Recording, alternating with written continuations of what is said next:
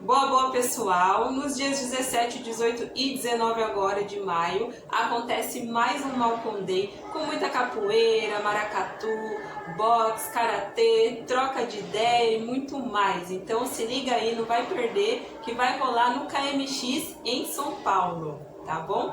Vamos agora dar continuidade à leitura, da autobiografia do Bravo. A gente vai dar início ao capítulo 18, eu e a minha querida Bumi.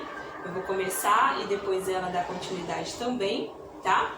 Esse capítulo que tem algumas falas ali, do Malcom que é usada, instrumentalizada muito pela galera de esquerda para tentar fazer parecer que ele tenha mudado o discurso dele, o que não aconteceu de fato, senão ele não teria sido assassinado, mas é um capítulo também que eles gostam de usar alguma fala, dele da surpresa que ele teve quanto à relação, entre os muçulmanos, de outras raças lá em Meca, a surpresa que ele teve, porque lá não tinha a mesma segregação explícita, como acontecia nos Estados Unidos. Mas enfim, isso não foi suficiente, para poder mudar. Isso não quer dizer que ele tenha mudado, de fato, o discurso dele.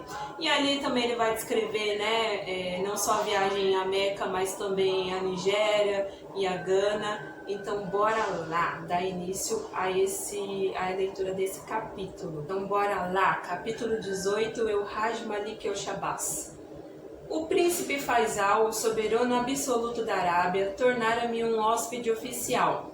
Entre as cortesias e privilégios que isso me proporcionava, apreciei especialmente, não posso deixar de confessá-lo, o carro que foi posto à minha disposição e no qual percorri toda a Meca, com o motorista guia indicando-me os locais com algum significado específico.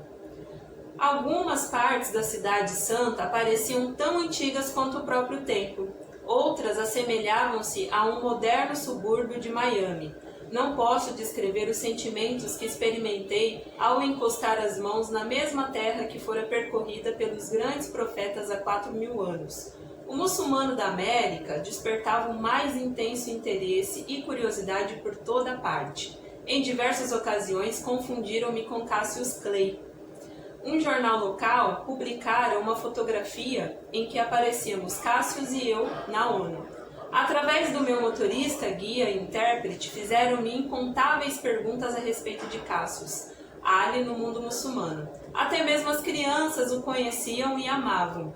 Por exigência popular, os cinemas por toda a África e Ásia haviam exibido sua luta. Naquele momento da carreira do jovem Cassius, ele conquistara a imaginação e o apoio de todo o mundo escuro. O carro levou-me a participar de preces especiais no Monte Arafat e em Mina. As viagens pelas estradas foram as mais impressionantes que já fiz, com um tráfego de pesadelo, freios guinchando, carros derrapando, buzinas tocando. Creio que na Terra Santa todo mundo guia com a bênção de Alá. Já começara a aprender as preces em árabe. Agora, minha maior dificuldade na prece era física. A postura da prece, a que não estava acostumada, fizera com que o dedão inchasse e estava doendo muito. Mas os costumes do mundo muçulmano já não me pareciam mais tão estranhos. Minhas mãos agora prontamente tiravam comida de um prato comum partilhado com irmãos muçulmanos. Estava bebendo sem qualquer hesitação do mesmo copo que os outros. Estava me lavando do mesmo cântaro com água e dormindo com 8 ou 10 outros na mesma esteira, ao ar livre. Lembro especialmente de uma noite, em Musdalifa, em que tinha apenas o céu estrelado por cima da cabeça. Fiquei acordado entre irmãos muçulmanos que dormiam. Descobri que os peregrinos de todas as terras, de todas as cores, de todas as classes, tanto altas autoridades quanto mendigos, sem exceção, todos roncavam na mesma língua. Sou capaz de apostar que nos lugares da Terra Santa que visitei, 1 milhão de garrafas de refrigerantes eram consumidas e 10 milhões de cigarros deviam ser fumados. Especialmente os muçulmanos árabes fumavam constantemente, mesmo na própria peregrinação Hajj. O mal do fumo não havia sido inventado nos tempos do profeta Maomé. Se já tivesse sido, creio que seria proibido. Foi a maior Hajj da história, segundo me disseram depois. Kasem Gulik, do parlamento turco, radiante de orgulho, informou-me que somente da Turquia haviam partido para a peregrinação mais de 600 ônibus e inúmeros carros, levando mais de 50 mil muçulmanos. Comentei que sonhava com um dia em que navios e aviões carregados de muçulmanos americanos seguiriam para Meca na peregrinação Hajj. Havia um padrão de cor nas imensas multidões. A partir do momento em que notei isso, passei a observar atentamente. Sendo da América, era extremamente sensível a questões de cor. Percebi que as pessoas que se pareciam eram mutuamente atraídas e permaneciam juntas na maior parte do tempo. Era uma atitude totalmente voluntária, não havia qualquer outro motivo para isso. Mas os africanos ficavam com os africanos, os paquistaneses com os paquistaneses, e assim por diante. Decidi que, quando voltasse, falaria a respeito para os americanos, onde existia uma verdadeira fraternidade entre todas as cores, onde ninguém se sentia segregado, onde não havia qualquer complexo de superioridade, nem complexo de inferioridade. Então, voluntariamente e naturalmente, as pessoas da mesma espécie sentiam-se atraídas pelo que tinham em comum. Na minha próxima peregrinação Hajj, pretendo ter pelo menos um vocabulário prático de árabe. No estado de ignorância em que visitei a Terra Santa, tive a sorte de encontrar amigos pacientes que me permitiram conversar com os outros, servindo de intérpretes. Nunca antes em toda a minha vida senti-me tão surdo e mudo quanto nas ocasiões em que não havia nenhum intérprete para traduzir o que estava sendo dito ao redor. A meu respeito, ou até mesmo para mim, por outros muçulmanos, antes de saberem que o muçulmano da América conhecia apenas algumas preces em árabe, e afora isso, podia apenas assentir e sorrir. Por trás dos acenos e sorrisos, no entanto, eu estava empenhado em pensamentos e reflexões ao melhor estilo americano. Cheguei à conclusão de que as conversões ao Islã no mundo inteiro podiam ser dobradas ou mesmo triplicadas se a animação e a verdadeira espiritualidade da peregrinação Hajj fossem devidamente divulgadas e comunicadas ao mundo exterior. Percebi que os árabes não compreendem muito bem a psicologia dos não-árabes e a importância das relações públicas. Os árabes dizem, Inshallah, Deus querendo, e depois ficam esperando por convertidos. Mesmo assim, o Islã estava avançando, mas eu sabia que com métodos de relações públicas melhorados, o número de novos convertidos ao Islã poderia ser transformado em milhões. Constantemente, aonde quer que eu fosse, faziam-me perguntas sobre a discriminação racial na América. Mesmo com a minha experiência, fiquei surpreso por constatar que a grande imagem projetada pela América parecia ser a da discriminação. Numa centena de conversas diferentes na Terra Santa, com muçulmanos importantes e humildes de todos os cantos do mundo, como também me aconteceu depois na África Preta, jamais me contive uma vez sequer, nem perdi qualquer oportunidade de contar a verdade a respeito dos crimes, males e indignidades de que é vítima o homem preto da América. Através do meu intérprete, não perdi qualquer oportunidade de revelar a verdadeira situação do homem preto americano. Preguei na montanha, em Arafat, preguei no movimentado saguão do Palace Hotel em Jeddah, apontava um a um para que sentissem melhor as minhas palavras. Você, porque tem a pele escura, na América seriam chamados de negros. Poderiam ser baleados, cercados como gado, ser alvo de mangueiras contra incêndio, espancados brutalmente só por causa de suas peles. Alguns dos peregrinos mais pobres me ouviram pregar, assim como muitos dos personagens mais importantes do mundo santo. Conversei com Hussein Amini, de olhos azuis, cabelos louros, o grande mufti de Jerusalém. Fomos apresentados no Monte Arafat por Kasem Gulik, do parlamento turco. Ambos eram homens cultos, ambos haviam lido bastante sobre a América. Kasem Gulik perguntou por que eu rompera com Elijah Muhammad. Respondi que preferia não me aprofundar sobre as nossas divergências, a fim de preservar a união do homem preto americano. Ambos compreenderam e aceitaram tal resposta.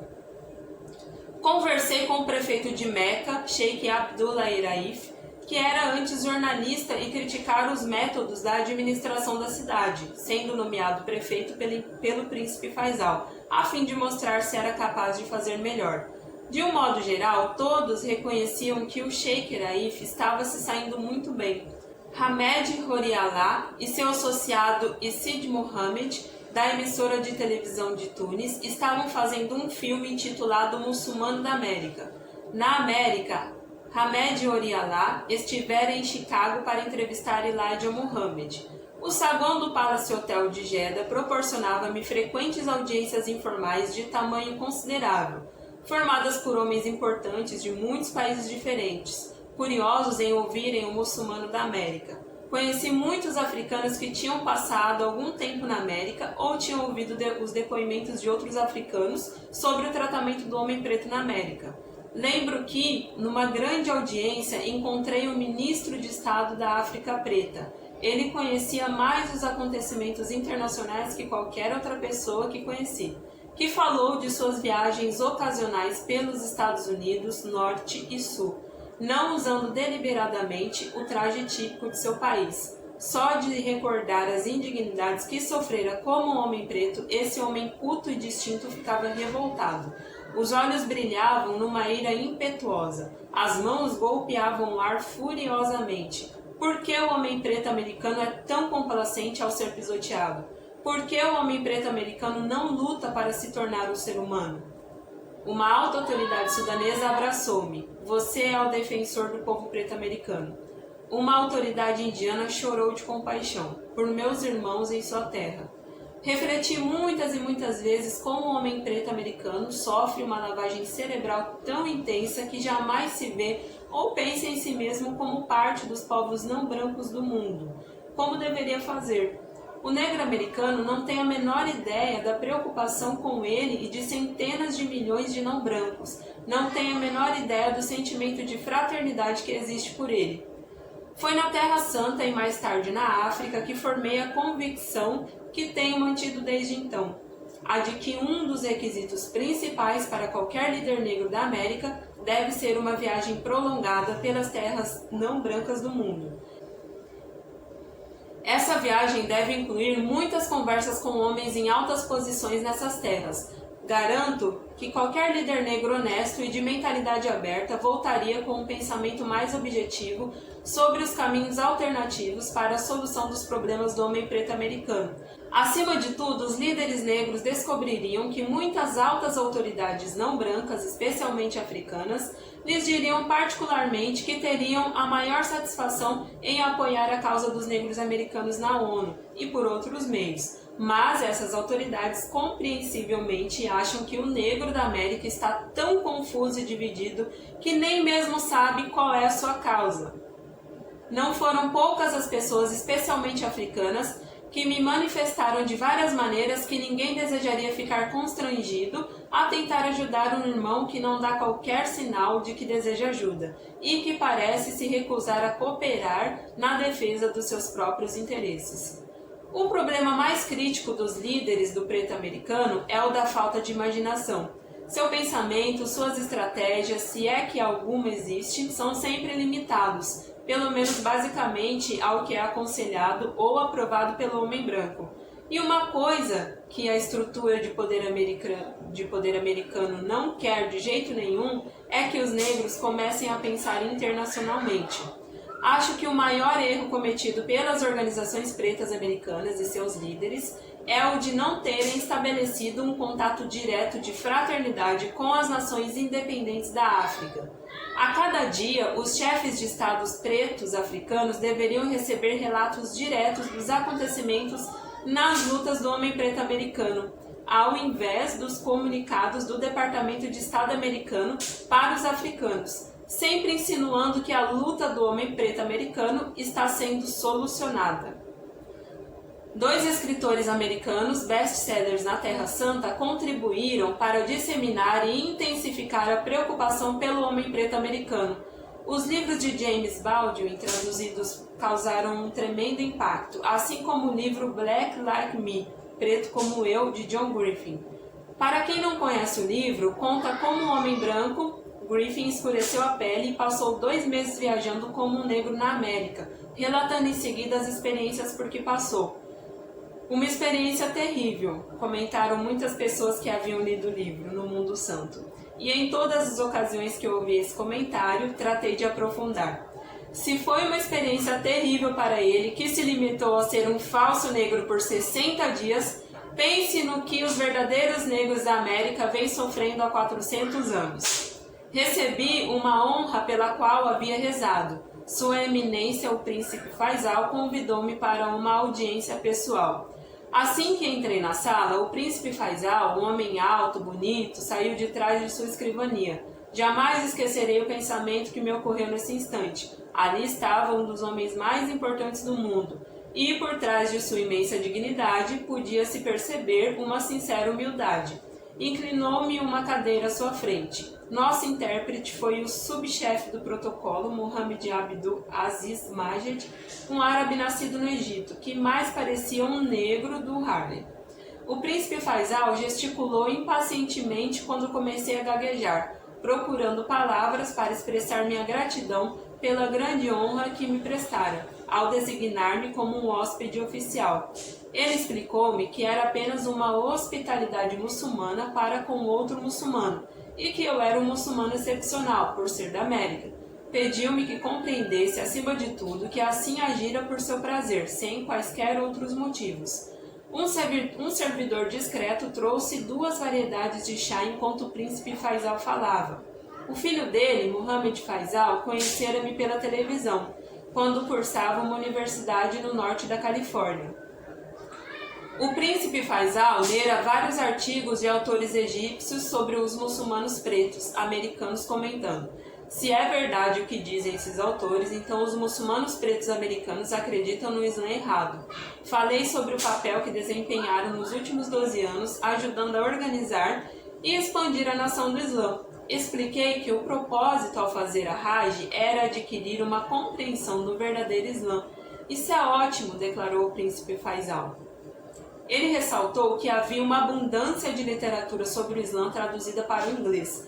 Assim, não havia qualquer desculpa para a ignorância e nenhuma razão para que as pessoas sinceras se deixassem enganar.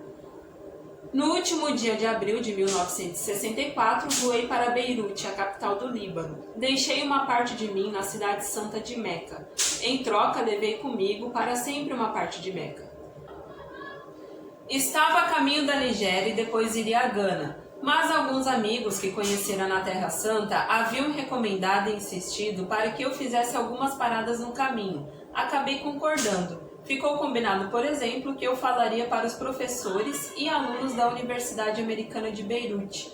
No Hotel Palm Beach, em Beirute, entreguei-me ao meu primeiro sono profundo e prolongado desde que deixara a América. Depois saí a passear pela cidade, revigorado por algumas semanas na Terra Santa. Imediatamente tive a intenção atraída pelo comportamento e trajes das mulheres libanesas. Na Terra Santa, encontrara mulheres árabes extremamente femininas e recatadas, e de repente deparava com o contraste daquelas mulheres meio francesas, meio libanesas árabes, que projetavam em seus trajes e comportamento nas ruas mais liberdade e audácia. Percebi nitidamente a óbvia influência europeia sobre a cultura libanesa. Serviu para mostrar-me como a força moral ou a fraqueza moral de qualquer país pode ser prontamente avaliada pelos trajes e atitudes nas ruas de suas mulheres, especialmente as jovens. Sempre que os valores morais foram sufocados, se não mesmo destruídos, por uma ênfase nas coisas materiais, isso se reflete invariavelmente nas mulheres. Prova disso são as mulheres na América, tanto as jovens como as mais idosas. É que quase não restam valores morais na América. Parece que na maioria dos países se vai de um extremo a outro. Poderia existir um verdadeiro paraíso num país em que houvesse um equilíbrio entre o progresso material e os valores espirituais. Na Universidade de Beirute, falei a verdade sobre a situação do homem preto americano. Já comentei antes que qualquer orador público experiente pode sentir as reações da audiência. Enquanto falava, sentia as reações subjetivas e defensivas dos estudantes brancos americanos presentes, mas gradativamente a hostilidade foi se atenuando à medida em que expus os fatos incontestáveis. Já os estudantes de ascendência africana, jamais vou deixar de me impressionar com a maneira pela qual o africano demonstra suas emoções. Mais tarde, com espanto, soube que a imprensa americana divulgara que meu discurso em Beirute provocara um distúrbio. Que espécie de distúrbio? Não entendo como algum repórter de boa-fé poderia ter transmitido alguma notícia dessas para o outro lado do oceano. A notícia sobre o meu discurso na primeira página do Daily Star de Beirute não mencionava qualquer distúrbio, porque simplesmente não houve nenhum. Quando acabei de falar, os estudantes africanos praticamente me assediaram em busca de autógrafos. Alguns chegaram a me abraçar. Nunca as audiências negras americanas aceitaram-me tão efusivamente quanto os africanos, menos inibidos, mais práticos e realistas. De Beirute, segui de avião para o Cairo, e de lá peguei um trem para Alexandria, que fica também no Egito. Mantinha minha câmera em funcionamento incessante por toda a parte que ia. Finalmente embarquei num avião para a Nigéria. Durante o voo de 6 horas, quando não estava conversando com o piloto, que havia sido um nadador olímpico em 1960, sentava ao lado de um político africano arrebatado. Ele quase que gritava em seu fervor: quando o povo se encontra no estado de estagnação e está sendo arrancado dele, não há tempo para eleições. A tese central dele era a de que nenhuma nova nação africana em processo de descolonização precisava de um sistema político que propiciasse a divisão e conflitos. O povo não sabe o que significa o voto. Cabe aos líderes esclarecidos elevarem a inteligência do povo. Em Lagos, fui recebido pelo professor Essien Dom, da Universidade de Ibadan. Ficamos ambos felizes em nos encontrarmos novamente. Havíamos nos conhecidos nos Estados Unidos, quando ele pesquisara a nação do Islã para o seu livro Black Nationalism, Nacionalismo Preto. Naquela noite, na casa dele, houve um jantar em minha homenagem, a que compareceram outros professores e profissionais liberais.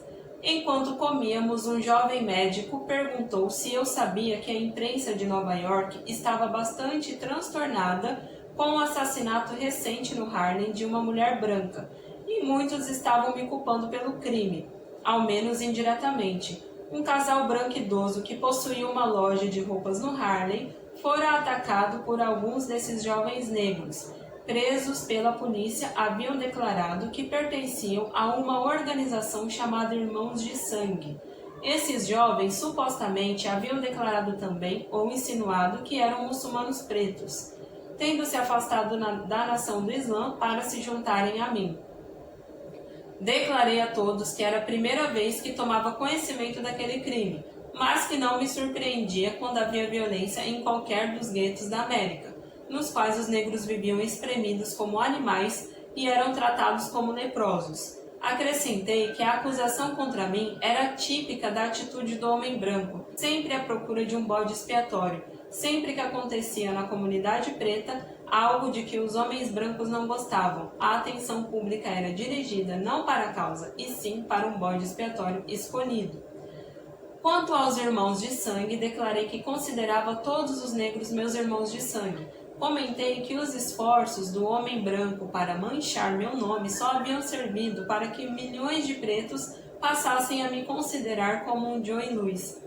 Falando no Salão Trenchard da Universidade de Ibadan, insisti que as nações independentes da África precisavam compreender a necessidade de ajudar o problema afro-americano a ser levado à ONU. Assim como o judeu-americano está em harmonia política, econômica e cultural com os judeus no mundo inteiro, declarei estar convencido de que era chegado o momento de todos os afro-americanos se unirem aos pan-africanistas do mundo. Falei que, fisicamente, os afro-americanos podiam permanecer na América, lutando por seus direitos constitucionais, mas, filosófica e culturalmente, precisavam desesperadamente voltar à África e desenvolver uma unidade ativa na estrutura do panafricanismo. Jovens africanos formularam-me perguntas politicamente mais objetivas e profundas que a maioria dos adultos americanos. Foi então que aconteceu algo surpreendente, quando um velho antiliano se levantou e começou a me atacar, por atacar a América. Cale-se, cale-se! Gritaram os estudantes, vaiando, assobiando. O velho antiliano tentou desafiá-los. Subitamente, um grupo de estudantes avançou na direção dele. O homem saiu correndo. Nunca antes eu havia visto algo assim. Gritando, os estudantes perseguiram o antiliano pelo campus. Mais tarde, descobri que esse antiliano era casado com uma mulher branca e estava tentando conseguir um emprego numa organização influenciada por brancos, que o haviam incumbido de ir me contestar. Compreendi então o problema dele. Não foi a única ocasião em que presenciei a maneira quase fanática com que africanos manifestam suas emoções políticas. Posteriormente, na União dos Estudantes, crivaram-me de perguntas. Fizeram-me um membro honorário da Sociedade dos Estudantes Muçulmanos Nigerianos. Aqui mesmo, na minha carteira, está o cartão de membro. Al-Hajj Malcolm X, registro número M138. Recebi também como membro um novo nome, Omowale, significa na língua Yorubá o filho que volta para casa. E falei sério quando declarei aos estudantes que jamais receberam uma homenagem mais preciosa. Soube que havia cerca de 600 membros dos Voluntários da Paz na Nigéria. Alguns voluntários da paz brancos que conversaram comigo mostraram-se abertamente constrangidos pelos crimes cometidos por sua raça na América. Entre os 20 e tantos voluntários da paz com que conversei, houve um que me impressionou consideravelmente, Larry Jackson, graduado em Morgan State College, de Fort Lauderdale, Flórida, tendo entrado para os Voluntários da Paz em 1962. Aparecia em programa de rádio e televisão na Nigéria. Quando me lembro de homens pretos operando seus próprios meios de comunicação, ainda sinto um calafrio de emoção percorrer-me o corpo. Entre os repórteres em que me entrevistaram estava um negro americano da revista Newsweek chamado Williams. Viajando pela África, ele entrevistara recentemente o primeiro-ministro Nkrumah. Conversando comigo em particular, um grupo de autoridades nigerianas contou como a Agência de Informações dos Estados Unidos estava habilmente tentando espalhar entre os africanos a impressão de que os negros americanos progrediam constantemente e o problema racial em breve estaria resolvido. Uma alta autoridade me disse: nossos líderes bem informados e muitos outros sabem perfeitamente que não é isso que acontece. Acrescentou que por trás da fachada diplomática de todo representante africano na ONU estava o reconhecimento da gigantesca duplicidade e conspiração do homem branco para manter os povos de ascendência africana do mundo separados, tanto física como ideologicamente. Em sua terra, quantos pretos se lembram que as Américas do Norte, Sul e Central contêm mais de 80 milhões de pessoas de ascendência africana? O curso da história do mundo vai mudar no dia em que os povos de ascendência africana se unirem como irmãos. Jamais tinha ouvido antes esse pensamento preto global de qualquer homem preto da América. De Lagos, Nigéria, voei para Accra, Gana. Creio que em nenhum outro lugar do continente preto a riqueza e a beleza natural de seu povo são mais evidentes do que em Gana, que se orgulha de ser a própria fonte do panafricanismo. Desembarquei de avião para ter uma surpresa imediata. Um homem branco americano de cara vermelha reconheceu-me, teve a desfaçatez de vir me apertar minha mão, dizendo em voz arrastada que era do Alabama e depois convidando-me para jantar em sua casa. O restaurante do hotel onde fui tomar o café da manhã estava repleto de mais brancos iguais, discutindo a riqueza inexplorada da África como se os garçons africanos não tivessem ouvidos. Quase que me estragou a refeição pensar como na América eles atiçavam cães policiais contra os pretos, lançavam bombas nas igrejas pretas ao mesmo tempo em que barravam a entrada nas igrejas brancas. E agora, mais uma vez na terra em que seus antepassados haviam roubado os pretos para torná-los escravos, ali estava o homem branco. Ali mesmo, no restaurante daquele hotel ganense, tomei a decisão de que, enquanto estivesse na África, aproveitaria toda e qualquer oportunidade de tornar as coisas difíceis para o homem branco, que sorria ostensivamente enquanto tentavam explorar a África novamente. Na última vez fora a riqueza humana, agora o homem branco estava querendo a riqueza mineral da África. Sabia que tal reação não apresentava nenhum conflito com as convicções da fraternidade que adquirira na Terra Santa. Os muçulmanos de pele branca que haviam mudado minhas opiniões eram homens que demonstravam praticar uma fraternidade genuína.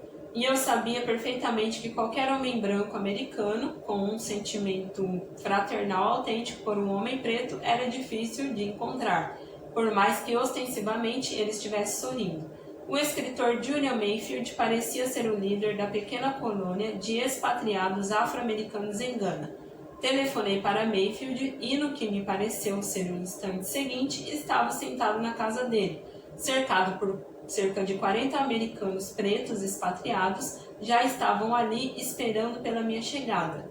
Eram empresários e profissionais liberais, tais como os antigos militantes no Brooklyn, Dr. e Sra. Robert E. Lee, ambos dentistas que haviam renunciado à cidadania americana. Lá estavam também Alice Wyndham, Maya Angelou, Make e Victoria Garvey, além de Leslie Lacey, que formaram um comitê Malcolm X para orientar-me através de uma agenda vertiginosa de compromissos públicos e eventos sociais. Tenho em meus arquivos os recortes de vários comentários que apareceram na imprensa africana a meu respeito. O nome Malcolm X é quase tão familiar para os ganenses quanto o que acontece no sul dos Estados Unidos. Os cães atiçados contra os pretos, os jatos de mangueiras contra incêndio, as bombas, os tiros, os linchamentos, os rostos brancos horrendos e contorcidos pelo ódio.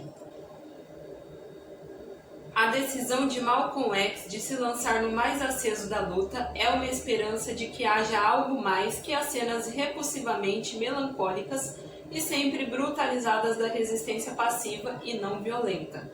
Um fato extremamente importante é o de que Malcolm X é o primeiro líder afro-americano de destaque nacional a fazer uma viagem independente à África desde que o Dr. Du Bois esteve em Gana. Este pode ser o início de uma nova fase em nossa luta.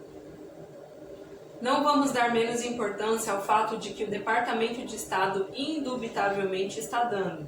Malcolm X é um dos nossos líderes mais destacados e militantes. Estamos numa batalha. Serão envidados todos os esforços para difamá-lo e desacreditá-lo. Eu simplesmente não podia acreditar numa recepção assim, a 8.000 quilômetros da América. Dirigentes da imprensa se incumbiram de pagar todas as minhas despesas de hospedagem e não quiseram aceitar qualquer objeção. Entre eles estavam T.D. Bafui, editor-geral do Ghanaian Times, D.T. Anin, diretor executivo da Agência de Notícias de Gana, Kofi Batsa, editor de Spark e secretário-geral da União Pan-Africanista de Jornalistas, o Sr. Cameron Duodu e outros. Não posso deixar de agradecer-lhes profundamente. Durante o magnífico jantar preparado pela esposa porto-riquenha de Julian Mayfield, Ana Lívia, que estava encarregada do programa sanitário de Accra, fui crivado de perguntas pelos expatriados pretos da América ansiosos em saberem de tudo que haviam retornado à Mãe África. Posso apenas desejar que cada homem preto americano tivesse em meus ouvidos, meus olhos e minhas emoções, através da sucessão de compromissos que me haviam acertado durante a minha estada em Gana.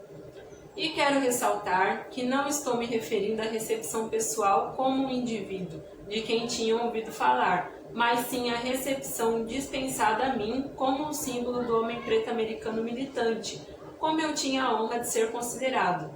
Numa entrevista coletiva bastante movimentada, creio que a primeira pergunta foi sobre o motivo pelo qual eu havia me separado de Elijah Muhammad e da nação do Islã. Os africanos tinham ouvido rumores de que Elijah Muhammad construíra um palácio no Arizona. Tratei de contestar essa falsidade e evitar as críticas. Declarei que nossa divergência fora em termos de orientação política e envolvimento na luta extra-religiosa pelos direitos humanos. Disse que respeitava a nação do Islã por ser um movimento de revitalização psicológica e uma fonte de reforma moral e social, que a influência de Elijah Muhammad sobre o homem preto americano fora fundamental. Ressaltei para os jornalistas a necessidade de comunicação e apoio mútuos entre africanos e afro-americanos, cujas lutas estavam entrelaçados. Lembro que na entrevista coletiva usei a palavra negro e fui firmemente corrigido.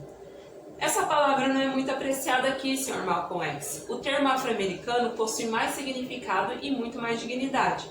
Pedi desculpas com toda sinceridade. Não creio que tenha dito negro novamente enquanto continuei na África. Comentei que os 22 milhões de afro-americanos dos Estados Unidos poderiam se tornar uma força extremamente positiva para a África, enquanto as nações africanas, por sua vez, podiam e deviam exercer uma pressão positiva nos níveis diplomáticos contra a discriminação racial na América. Declarei, toda a África se une em oposição ao apartheid na África do Sul e à opressão nos territórios portugueses, mas estão perdendo tempo se não compreendem que Verwoerd e Salazar, assim como Inglaterra e França, não poderiam resistir um único dia se não contassem com o apoio dos Estados Unidos. Assim, enquanto não denunciarem o homem em Washington, nada terão feito. Eu sabia que G. Manning Williams, do Departamento de Estado, estava visitando oficialmente a África, por isso mesmo comentei. Aceitem um conselho meu, desconfiem de todas as autoridades americanas que chegam à África sorrindo para vocês, embora não sorriam para nós nos Estados Unidos. Contei que meu pai fora assassinado por brancos no estado de Michigan, no qual G. Manning Williams fora outrora governador. Fui homenageado no Clube de Gana por mais jornalistas e altas autoridades. Fui o convidado de honra na casa da filha do falecido escritor americano preto, Richard Wright. Linda esguia, a voz suave chamada Julia, cujo jovem marido francês edita um jornal ganense. Mais tarde em Paris, eu iria conhecer a viúva de Richard Wright, Ellen, e uma filha mais moça, Rachel. Conversei com embaixadores em suas embaixadas. O embaixador argelino impressionou-me como um homem totalmente dedicado à militância e à revolução mundial como meio de resolver o problema das massas oprimidas do mundo. Sua perspectiva estava sintonizada não apenas com os argelinos, mas incluía também os afro-americanos e todos os povos oprimidos do mundo. O embaixador chinês Sr. Huang Hua, um homem perceptível e militante, falou sobre os esforços do Ocidente em afastar os africanos dos povos de descendência africana de outros lugares. O embaixador nigeriano estava profundamente preocupado com a situação dos afro-americanos na América. Tinha conhecimento pessoal dos sofrimentos deles, já que vivera e estudara em Washington. O extremamente afável embaixador de Mali também já morara nos Estados Unidos, em Nova York, quando servia à ONU. Conversei com o Dr. McConney, da Guiana Britânica. Discutimos a necessidade de uma espécie de unidade pan-africana que também incluísse os afro-americanos e tive uma conversa longa e profunda sobre os problemas afro-americanos com Nani Nketiah, o ministro da Cultura ganense. Certa ocasião, ao voltar para o hotel, encontrei à minha espera um telefonema da rede de televisão americana ABC. Quem estava falando era Malgood, que me fez diversas perguntas, gravando as respostas sobre os irmãos de sangue, clubes de rifles para negros e outros assuntos com os quais eu estava sendo identificado na imprensa americana. No auditório da Universidade de Gana, falei para a maior audiência que tive na África, quase todos os africanos, mas também numerosos brancos. Perante essa audiência, empenhei-me ao máximo em demolir a falsa imagem das relações raciais americanas que sabia estar sendo disseminada pela Agência de Informações dos Estados Unidos. Tentei descrever a verdadeira situação dos afro-americanos nas mãos do homem branco. Concentrei-me por algum tempo nos brancos que estavam presentes. Nunca vi tantos brancos se mostrarem tão gentis com tantos pretos como está acontecendo aqui na África. Na América, os afro-americanos estão lutando pela integração. Deveriam vir para cá, para a África, a fim de observarem como os brancos sorriem para os africanos. Aqui, vocês brancos têm realmente integração. Mas poderiam declarar os africanos que na América também sorriem para os pretos? Não, não podem. E também não gostam sinceramente de qualquer um desses africanos. Estão interessados exclusivamente nos minérios do subsolo da África. Os brancos da audiência ficaram vermelhos.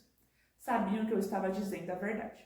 Acrescentei: não sou anti-americano. Não vim aqui para condenar a América. Quero que isso fique bem claro. Vim aqui para dizer a verdade, e a verdade é que condena a América. Uma noite encontrei-me com a maioria das autoridades ganenses, todas com quem eu já havia conversado anteriormente, e muitas outras, numa festa que me foi oferecida por Kofi Baako, ministro da Defesa ganense e líder da Assembleia Nacional. Fui informado de que era a primeira vez que tal homenagem era prestada a um estrangeiro, desde que o Dr. W.E.B. Du Bois chegara a Gana. Houve música, dança, foi servida extraordinária comida ganense. Diversas pessoas na recepção estavam rindo ao comentarem como o embaixador Mahoney dos Estados Unidos, numa festa anterior naquele mesmo dia, procurara se mostrar excepcionalmente amistoso e jovial. Alguns achavam que era um esforço consciente para neutralizar a verdade sobre a América que eu estava revelando a cada oportunidade que me apresentava. Recebi logo depois um convite que superava as minhas expectativas mais delirantes. Jamais poderia sequer sonhar que teria a oportunidade de falar com os membros do Parlamento de Gana. Não falei muito, mas falei incisivamente. Como podem condenar Portugal e África do Sul, enquanto o nosso povo preto na América está sendo mordido por cachorros e espancado com cacetetes? Tinha certeza de que o único motivo pelo qual os africanos pretos, nossos irmãos pretos, se calavam a respeito do que acontecia na América era o fato de estarem iludidos pelos órgãos de propaganda do governo americano. Ao final, ouvi o seguinte comentário: apoiamos os afro-americanos, moralmente, fisicamente, materialmente, se for necessário. Em Gana e em toda a África preta, a maior homenagem que recebi foi uma audiência pessoal com o zagueiro Dr. Kwame Nkrumah. Antes de encontrá-lo, fui meticulosamente revistado. Não pude deixar de respeitar as medidas de segurança com que os ganeses procuravam proteger seu líder. Dava-me um respeito ainda maior pelos homens pretos independentes. Quando entrei no gabinete do Dr. Nkrumah, ele saiu de trás de sua mesa na outra extremidade. O Dr. Nkrumah usava roupas comuns. A mão estava estendida e tinha um sorriso no rosto sensível. Apertei-lhe a mão. Sentamos no sofá e conversamos. Sabia que ele estava particularmente bem informado sobre a situação crítica dos afro-americanos, pois durante muitos anos vivera e estudara na América. Falamos sobre a união dos africanos com os povos de ascendência africana. Concordamos que o pan-africanismo era caminho também para a solução dos problemas dos descendentes de africanos. Pude sentir como o Dr. Nkrumah era caloroso, simpático, um homem prático e objetivo. O tempo que ele podia me dispensar acabou depressa demais. Prometi que, quando voltasse aos Estados Unidos, transmitiria aos afro-americanos os seus calorosos cumprimentos pessoais. Naquela tarde, em Uineba, a 65 quilômetros da capital ganense, falei no Instituto Ideológico Kwame Nkrumah, onde 200 estudantes estavam sendo preparados para executarem a Revolução Industrial de Gana. Ali, presenciei novamente uma daquelas espantosas manifestações de fervor político dos jovens africanos. Depois que falei, durante o período de perguntas e respostas, levantou-se um jovem afro-americano, que ninguém parecia conhecer, e declarou: sou um negro americano. Vagamente, ele defendeu o homem branco americano. Os estudantes africanos começaram a vaiá-lo. Assim que a reunião acabou, acuaram-no com ataques verbais. É um agente de Rockefeller? Pare de corromper nossos filhos. O homem era professor de uma escola secundária local, ali colocado por uma agência americana. Venha passar algum tempo neste instituto para receber uma orientação verdadeira. Outro professor salvou temporariamente o colega, mas os estudantes foram atrás dele, expulsando-o do instituto aos gritos. Fantoche, agente da CIA, espião americano. O embaixador chinês e a senhora Huang Hua ofereceram um jantar oficial em minha homenagem. Entre os convidados estavam os embaixadores cubano e argelino. Foi lá que conheci a senhora W.E.B. Du Bois. Depois do excelente jantar, foram exibidos 3 filmes. O primeiro, em cores, mostrava as comemorações do 14º aniversário da República Popular da China. Aparecia em destaque no filme o antigo militante afro-americano da Carolina do Norte, Robert Williams, que mais tarde se refugiaria em Cuba porque pregava que os pretos americanos deveriam pegar em armas para se defenderem e proteger. O segundo filme focalizava o apoio do povo chinês à luta dos afro-americanos. O presidente Mao Tse-tung aparecia fazendo a sua famosa declaração de tal apoio, e o filme mostrava com cenas revoltantes da brutalidade branca, tanto policial quanto civil, contra os afro-americanos que faziam manifestações em diversas cidades nos Estados Unidos, reivindicando seus direitos civis. E o último filme era uma exposição dramática da Revolução Argelina. O Comitê Malcolm X levou-me às pressas do jantar na embaixada chinesa para uma recepção em minha homenagem no clube de imprensa que já fora iniciado. Foi meu primeiro contato com uma reunião ganense exclusivamente social. Todos estavam se divertindo imensamente e fui compelida a fazer um discurso breve.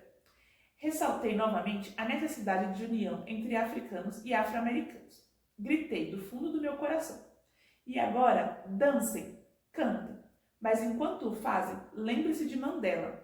Lembrem-se de Sobukwe. Lembrem-se de Lumumba em sua sepultura. Lembrem-se dos sul-africanos que estão neste momento na cadeia. Ao final, arrematei. Querem saber por que eu não danço? Porque eu quero que se lembrem dos 22 milhões de afro-americanos nos Estados Unidos. Mas podem estar certos de que sentia maior vontade de dançar. Os ganeses se divertiam como podiam. Uma linda jovem americana cantou Blue Moon, como Sarah Vaughan. Às vezes, a banda tocava como a de Milt Jackson. Outras lembrava a de Charlie Parker. Na manhã seguinte, um sábado, fui informado de que Cassius Clay e sua comitiva haviam chegado a Acre. Houvera uma gigantesca recepção para ele no aeroporto. Achei que um encontro meu com Cassius poderia ser embaraçoso para ele. É que Cassius decidira permanecer com a versão do Islã de Elijah Muhammad. Eu não ficaria absolutamente constrangido, mas sabia que Cassius deveria ter sido proibido de manter qualquer contato comigo.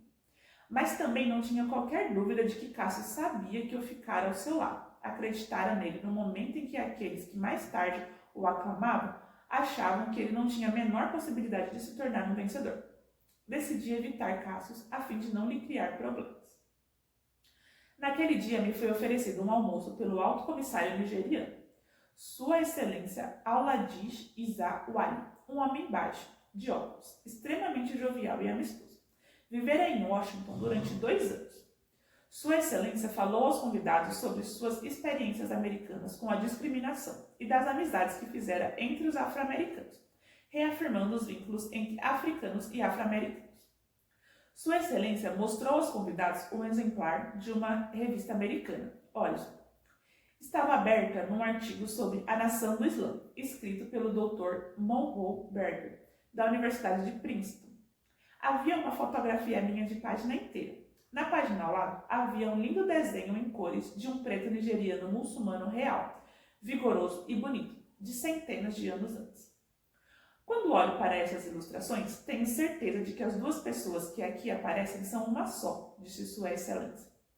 A única diferença está no traje e o fato de uma ter nascido na América e outra na África. Assim, para que todos saibam que acreditam firmemente que somos irmãos, estou dando a Aladish Malcolm X um manto como o que é usado pelo nigeriano nessa ilustração. Fiquei deslumbrado com o esplendor do manto azul e da túnica laranja com que Sua Excelência me presenteou. Inclinei-me para que ele, um homem baixo, pudesse ajeitar o turbante sobre a minha cabeça. Sua Excelência Aladish Isa Wali também presenteou-me com uma tradução em 2 volumes do Santo Corão. Depois desse almoço inesquecível, a senhora Shirley Graham Du Bois levou-me de carro para sua casa, a fim de que eu pudesse conhecer e fotografar o lugar em que seu famoso marido, Dr. W.E.B. Du Bois, passara seus últimos dias. A senhora Du Bois era escritora e diretora da televisão ganense, planejada com objetivos educacionais. Ela me contou que quando o Dr. Du Bois chegara a Gana, foi recebido como um rei pelo Dr. Nkrumah, que fizera tudo o que era possível para agradar ao idoso militante e estudioso afro-americano. Quando a saúde do Dr. Du Bois declinava rapidamente, o Dr. Nkrumah foi a visitá-lo. Haviam se despedido, ambos sabendo que a morte de um deles estava próxima. O Dr. Nkrumah deixara a casa em lágrimas. Meu último evento social em Gana foi uma agradável recepção em minha homenagem, oferecida por Sua Excelência o Sr. Armando Entralgo Gonzalez, o embaixador cubano. Na manhã seguinte, um domingo, o Comitê Malcolm X estava à minha espera no hotel para acompanhar-me ao aeroporto. Ao deixarmos o hotel, encontramos Cassius Clay e alguns membros de sua comitiva, voltando de uma caminhada matutina. Cassius pareceu ficar momentaneamente indeciso e depois murmurou algo quase monótono. Como vai? Pensei de relance como foram nos chegados, antes da luta que mudara o curso de sua vida. Respondi que estava bem ou algo parecido, e que desejava que ele também estivesse, no que estava sendo sincero. Posteriormente, enviei uma mensagem por telegrama a Cassius, dizendo que esperava que ele compreendesse o quanto era amado pelos muçulmanos, aonde quer que fosse. Pedi também que ele não permitisse que pessoa alguma o usasse e manobrasse, levando-o a dizer e fazer coisas que pudessem macular sua imagem. O comitê Malcolm X e eu estávamos nos despedindo no aeroporto de Accra quando chegou uma pequena caravana de 5 embaixadores para se despedirem de mim. Fiquei sem saber o que dizer. No avião, a caminho da Libéria, Monróvia, onde passaria um dia, eu sabia que depois do que experimentara na Terra Santa, a segunda recordação mais indelével que levaria de volta à América seria da África fervilhando, com a consciência de si mesmo, de sua riqueza, poder, do papel que lhe cabia no mundo.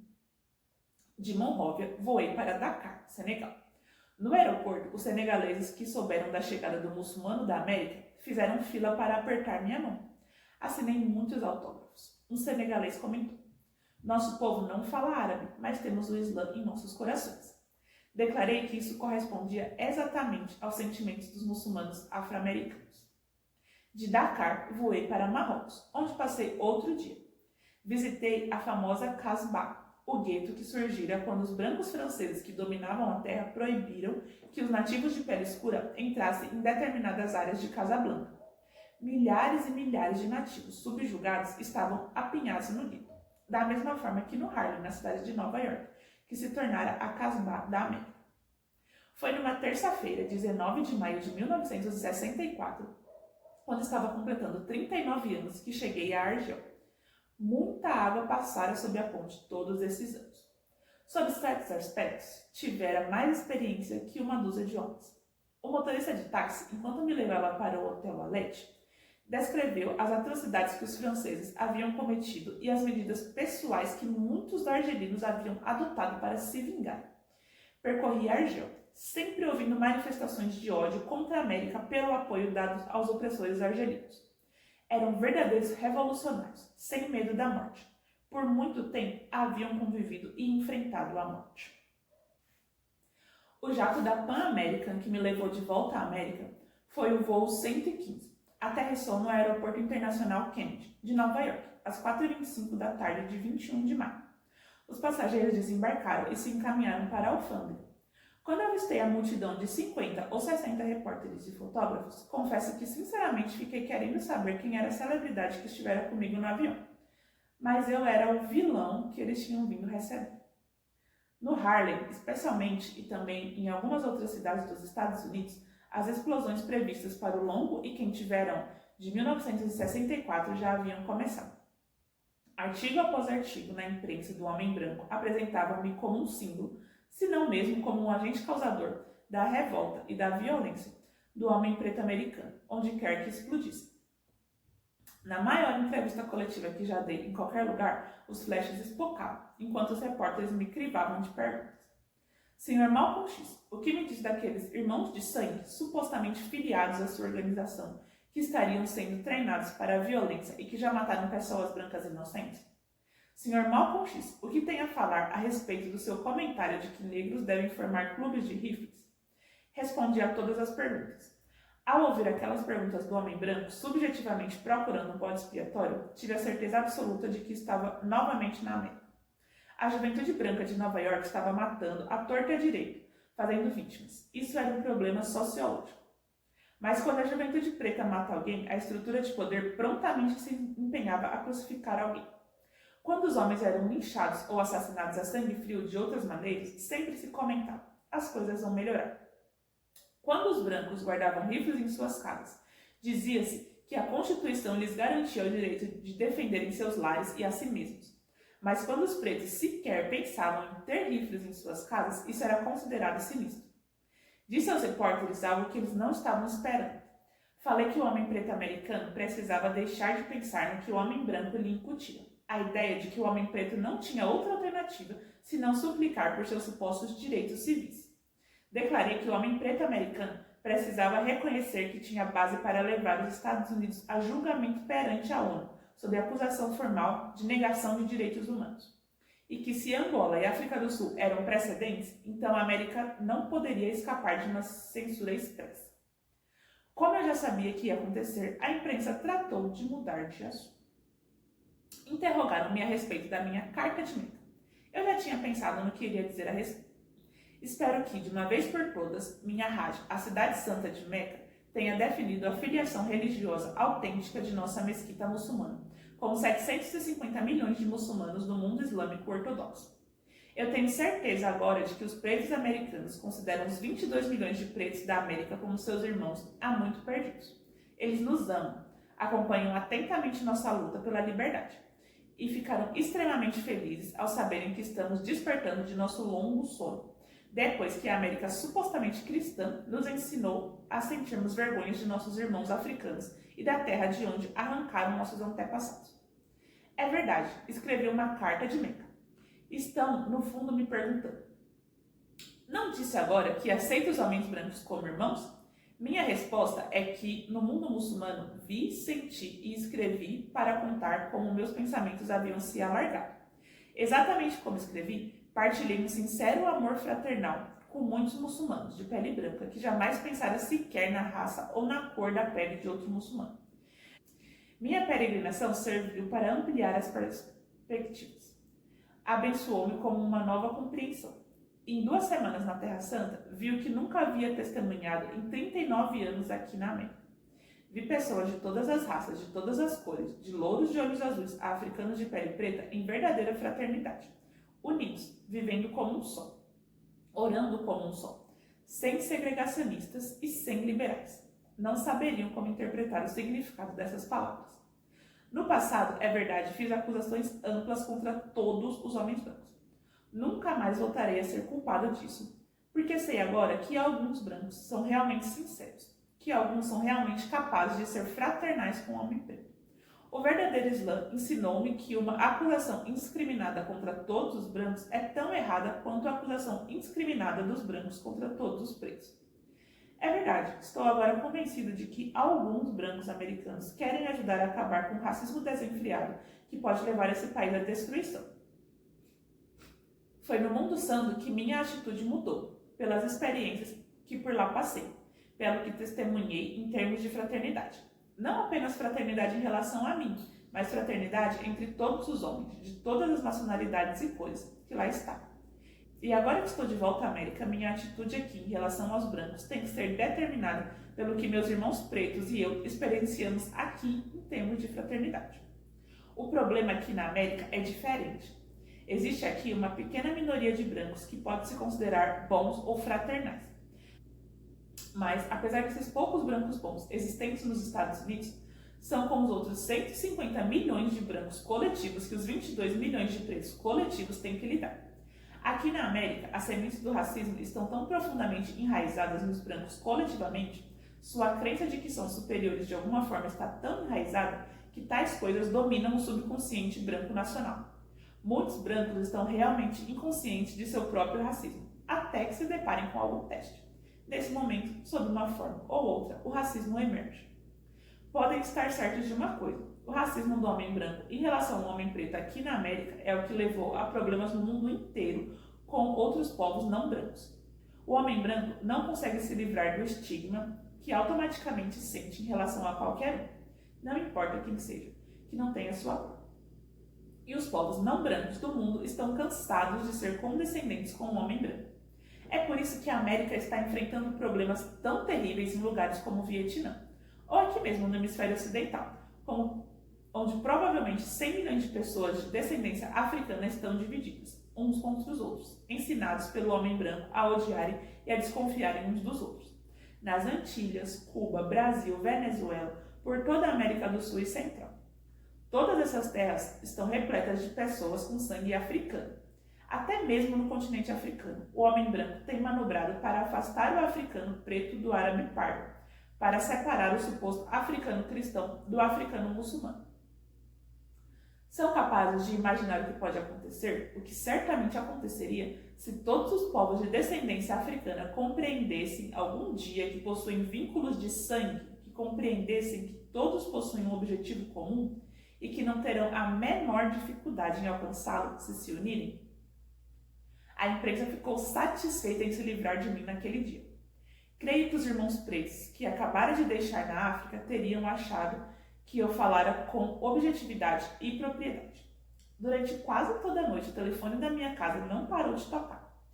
Eram meus irmãos e irmãs pretos de Nova York e de algumas outras cidades, ligando para dar os parabéns pelo que tinham acabado de ouvir através do rádio e da televisão. Alguns, principalmente brancos, estavam querendo saber se eu podia falar aqui ou ali. No dia seguinte, eu estava guiando o meu carro quando, num sinal fechado, outro carro parou ao lado. Uma mulher branca estava ao volante. Ao seu lado, perto de mim, estava um homem branco, que gritou: Malcolm X. Quando olhei, ele estendeu a mão pela janela do carro, sorrindo. Importa-se de apertar a mão de um homem branco? Imaginem só uma coisa dessas. No momento em que o sinal passou para verde, eu lhe disse: não me importo de apertar a mão de seres humanos. Você o é? Bom, galerinha, meu nome é Bom Micalho, faço parte do Quilombo Malcolm X, que faz parte do Quilombo Ocotô. E esse foi o capítulo 18 da autobiografia do Malcolm X. Nesse capítulo, Malcolm vai trazer pra gente um pouco de como foi a peregrinação dele até Meca, até a Terra Santa, né, cumprindo aí um dos fundamentos mais básicos da religião muçulmana. E também como foi a passagem dele pela África, por vários países africanos, encontrando com vários líderes, várias pessoas importantes e tendo diversas experiências, assim, né? Esse capítulo é muito legal porque a gente consegue perceber como Malcolm ele vai temperando essa viagem, vai temperando a vida dele que ele vai passando mesmo. Tem umas passagens bem engraçadinhas, o Malcolm se mostra bem espirituoso, mas ele deixa alguns comentários muito importantes. Ele fala bastante pra gente sobre língua, né? Ele comenta sobre a dificuldade que ele tem com o árabe, como isso seria importante mesmo para que ele conseguisse entender melhor a religião, né? Como saber árabe seria muito importante para que ele conseguisse realmente sentir algumas outras paradas que a cultura muçulmana vai trazendo. E a gente para pensar, né? Como não é importante também a gente conhecer as nossas línguas para que a gente não se sinta apartado da nossa cultura, para que a gente consiga realmente entender várias visões de mundo que só podem ser passadas por uma língua específica e por uma cultura específica. Ele comenta também da importância de vários líderes pretos viajarem por terras não brancas, né, para eles conseguirem expandir seus pensamentos, conseguirem entender como funcionam os pensamentos e as práticas de outras pessoas pretas no mundo. E não fiquem só fechados ali nas áreas que eles lideram, né, nos territórios que eles lideram, para que eles consigam, para que a gente consiga realmente ter uma integração, uma diversidade de pensamentos. E acho que a parte mais importante assim é a lembrança que ele coloca não só da viagem para a Terra Santa, para Meca, mas a importância que ele dá para essa lembrança de como a África é consciente do seu poder, né? Às vezes a gente fica meio tentado a pensar que quem ficou no continente, quem não foi transportado, né, arrancado para a diáspora, tem uma experiência muito diferente da gente, que os graus de consciência são muito diferentes de quem acabou sendo transportado pelas Américas. Mas nesse capítulo a gente consegue provas de que a África sempre esteve consciente da sua importância, da sua grandiosidade, do seu poder de apoio com quem foi transportado para fora do continente. Bom, a gente está se encaminhando aqui para o final da leitura da autobiografia. Ainda tem mais um pouquinho para a gente conseguir conhecer o Malcolm, conhecer como é que foi a vida dele. Mas nesse final de semana, nos dias 17, 18 e 19 de maio, a gente vai estar comemorando o aniversário dele. Vai ter festinha sim, vai ter capoeira, vai ter maracatu, vai ter samba, vai ter boxe, vai ter jiu-jitsu, vai ter comida, vai ter bebida, vai ter muita coisa boa. Encosta lá com a gente no Quilombo Malcolm X, no centro de São Paulo, para comemorar essa data que é tão importante para a gente conhecer e entender como é que funcionou a vida do Malcolm, quem foi ele e principalmente como que a gente pode agir na direção que ele deu pra gente. Até mais, galera. Pode continuar se deliciando com a leitura.